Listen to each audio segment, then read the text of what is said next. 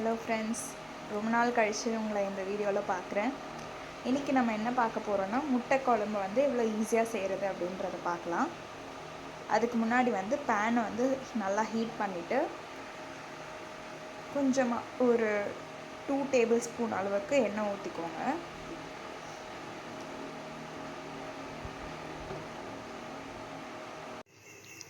இப்போ 2 table spoon அளவுக்கு எண்ணெய் ஊற்றுனதுக்கப்புறமா இந்த நல்லா ஹீட் ஆக விடுங்க. ஓகே, இப்போ எண்ணெய் நல்லா ஹீட் ஆகிடுச்சு. இதில் வந்து பட்டை, லவங்கம், பிரியாணி இலை உங்களுக்கு தேவைன்னா போட்டுக்கோங்க. ஜஸ்ட் இது வந்து வாசனைக்காக மட்டும்தான். கூடவே வந்து நான் ஒரு 5 பேருக்கு செய்ய போகிறேன். அதனால் வந்து பட்டை, லவங்கம்லாம் ஆட் பண்ணதுக்கப்புறமா ஒரு 5 பேருக்கு அளவுக்கு வெங்காயம் ஆட் பண்ணியிருக்கேன். உங்களுக்கு எவ்வளவோ அவ்வளோ ஆட் பண்ணிக்கலாம். உங்களுக்கு தேவையான அளவுக்கு ஆட் பண்ணிக்கலாம்.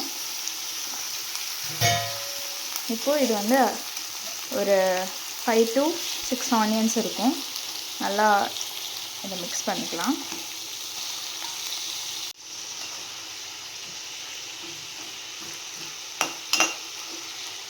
நல்லா ஆனியன் வந்து ரெட்டிஷாக வர வரைக்கும் நம்ம இப்படி மிக்ஸ் பண்ணிகிட்டே இருக்கணும் கொஞ்சம் நேரத்துக்கு.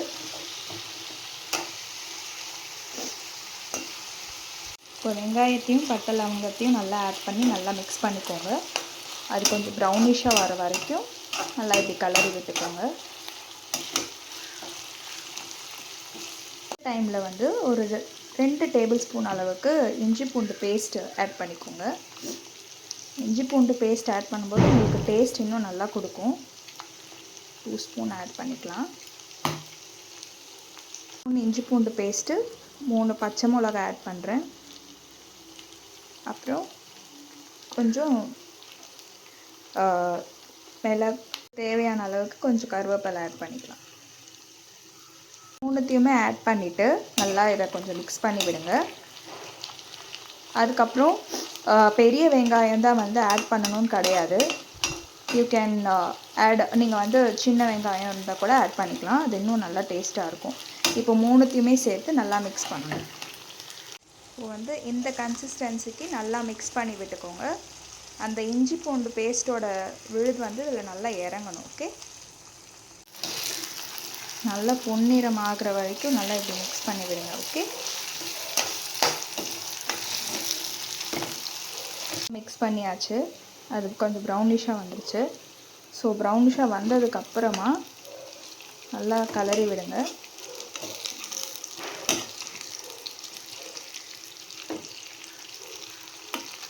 டைமில் தான் நம்ம மசாலா ஆட் பண்ண போகிறோம். கொஞ்சம் மல்லித்தூள் ஆட் பண்ணிக்கோங்க. ஒரு 2 ஸ்பூன் அளவுக்கு ஆட் பண்ணிக்கலாம்.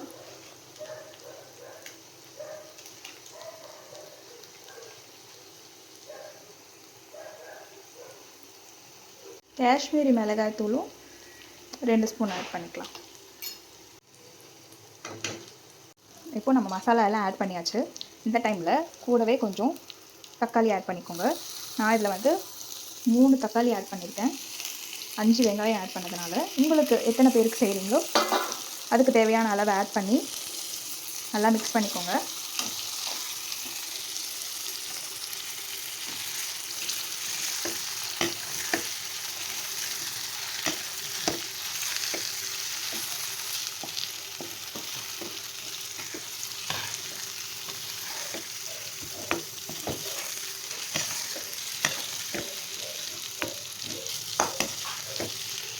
நல்லா மிக்ஸ் பண்ணதும் உங்களுக்கு தேவையான அளவுக்கு கொஞ்சம் உப்பு போட்டுக்கலாம். உப்பு போட்டதும் ஒரு 1/2 டம்ளர் தண்ணி ஆட் பண்ணிக்கோங்க.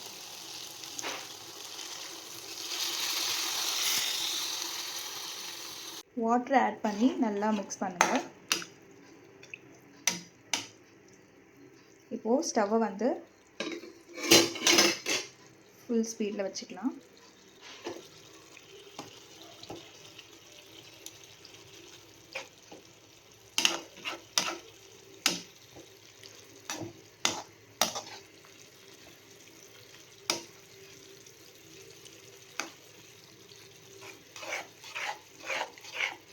நல்லா மிக்ஸ் பண்ணணும். அப்போ தான் நம்ம போட்டிருக்க மசாலா கூட தண்ணியில் நல்லா இறங்கி எல்லா வெஜிடபிள்ஸ்க்கும் நல்லா போகும். நல்லா தண்ணியும் வெஜிடபிள்ஸும் நல்லா கொதிக்கணும். அப்போ தான் நமக்கு நல்ல டேஸ்டியாக வரும். கொஞ்சம் கொதிக்க விட்டுருங்க 5 மினிட்ஸ் அளவுக்கு.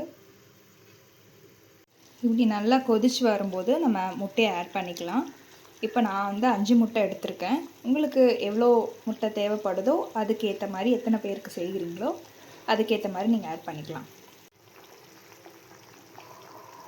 முட்டையை ஆட் பண்ணியாச்சு. இந்த டைமில் உங்களுக்கு தேவையான அளவுக்கு நீங்கள் கொஞ்சம் பெப்பர் ஆட் பண்ணிக்கலாம். நான் வந்து ஒரே ஒரு ஸ்பூன் தான் ஆட் பண்ணுறேன்.